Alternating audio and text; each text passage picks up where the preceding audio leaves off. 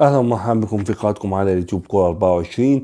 بنبارك للمنتخب العراقي بعد فوزه على المنتخب العماني، وحظوظه أصبحت وافرة للصعود لكأس العالم، وخصوصا بعد تعادل المنتخب الأردني مع شقيقه الكويتي. وبرضه كوريا الجنوبية تعادلت مع فلسطين 14. كوريا في المركز الأول، والمنتخب العراقي 11، والأردن 9 نقاط، وعمان 6 نقاط. طبعا حظوظ المنتخب الأردني أصبحت ووافرة وكبيرة جدا. يعني برنامج المجلس بعد انتهاء المباراة العراق وعمان، وانتهاء مباراة الكويت والأردن،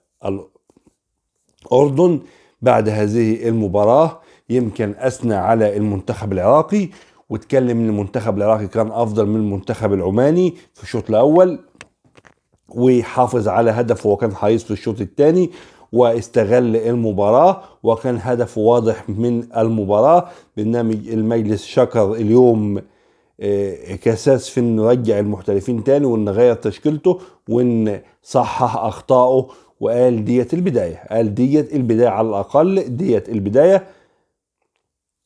خساس صحح اخطاء مباراة الاردن، خساس مشي زي الرأي العام العراقي ما بيقول، ولذلك العراق كانت افضل نسبيا من الاردن في الشوط الاول وتقدمت بهدف، وفي الشوط الثاني حافظت على الهدف. وكله اتكلم ان ده حالة تصفيات، مش مفروض منك ان انت تأدي اداء بالقوة، لكن المطلوب اهم شيء هو الاستمرارية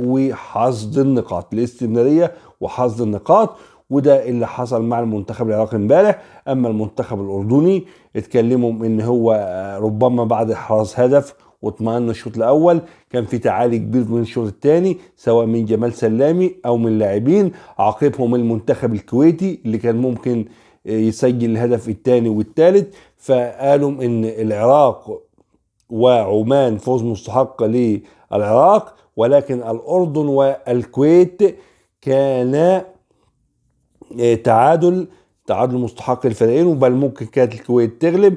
واتكلموا ان حظوظ المنتخب العراقي اصبحت وافره، وحظوظه اصبحت اكثر.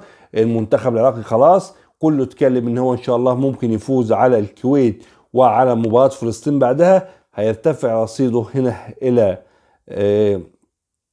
17 نقطة. اعتقد هيكون الموضوع يعني قرب بنسبة كبيرة جدا، وخصوصا بعد ما يخلص المباراتين دول الكويت وفلسطين عنده كوريا الجنوبية. بقى ديت موضوع تاني وكلام تاني بقى، يعني ديت ممكن تكون بنسبة 100% مباراة الصعود لكأس العالم لو انت فزت المباراتين القادمتين.